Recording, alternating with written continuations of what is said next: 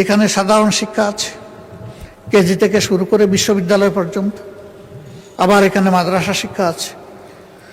মাদ্রাসায় আবার দুইটি মৌলিক ধারা আছে, একটি আলিয়া মাদ্রাসা আর একটি কওমি মাদ্রাসা।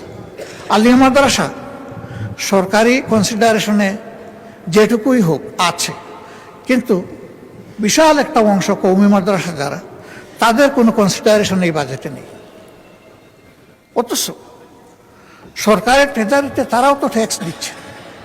প্রত্যেকটি নাগরিক কিন্তু পরোক্ষ এবং প্রত্যক্ষ কর পরিশোধ করে থাকে, তো তাদের তো হক আছে, তাহলে তারা কেন উপেক্ষিত হবে? হ্যাঁ, এখানে তাদের কিছু আশঙ্কা আছে। তাদের আশঙ্কা হলো সরকারি দান অনুদান সুবিধা যদি গ্রহণ করা হয়, তাহলে এই শিক্ষা ব্যবস্থার উপরেও সরকার ইচ্ছামতো নিয়ন্ত্রণ আরোপ করবে। তখন ইসলামী শিক্ষার মৌলিকত্ব ক্ষুণ্ণ হতে পারে।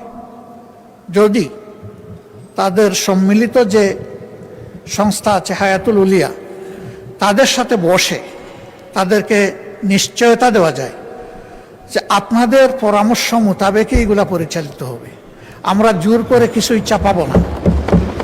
রাষ্ট্রের ট্রেজারিতে আপনাদের হক আছে, আপনাদের হক আপনাদের হাতে তুলে দেওয়া আমাদের দায়িত্ব, আমাদেরকে এই সুযোগ আপনারা সৃষ্টি করে দেন, তখন একটা রাস্তা বের হবে। আমি মনে করি তাদেরকে এই বাজেটে ইনক্লুড করা উচিত।